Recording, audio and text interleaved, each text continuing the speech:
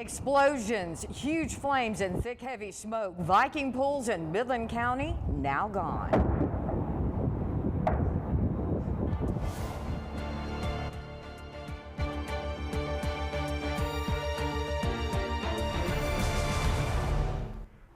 Take a look at this. Viking pools in Midland County engulfed in flames. Sounds of explosions filled the air, and thick black smoke could be seen for miles.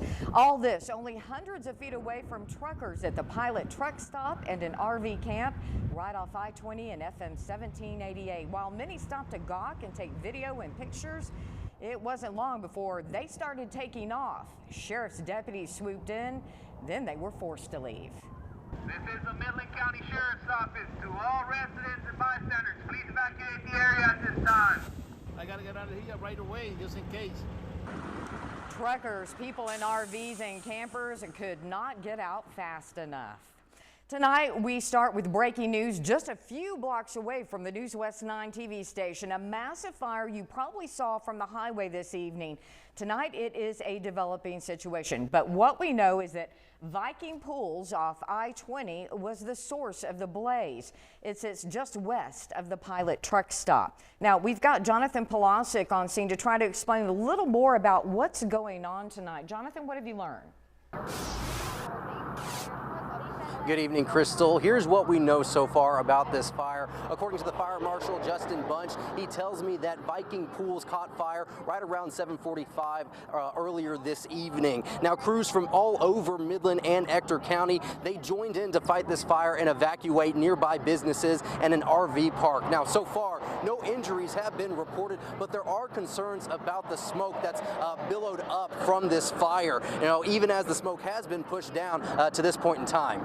Our main concern right now is if the smoke continues, about 45 minutes from now, the Weather Service says the wind shift's going to shift south, and that may cover the interstate. And at 10 o'clock, it's going to get to about 15 to 20 miles an hour. So our main concern right now is the weather that's coming up.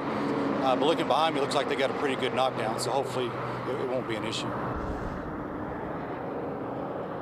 Now, one other thing to note is that nobody was inside the business when the fire started. In fact, employees of the business were last there around 5 o'clock, and firefighters, well, they had to break the lock in order to get inside. Now, as of right now, we still don't know what the cause of the fire is. That's something that, fire crews are going to continue to try and figure out as they continue to work to put this fire out. And once we get an update on that, we'll be able to provide a few more details about that a little bit later on. Reporting live in Midland County, Jonathan Polasic, NewsWest 9.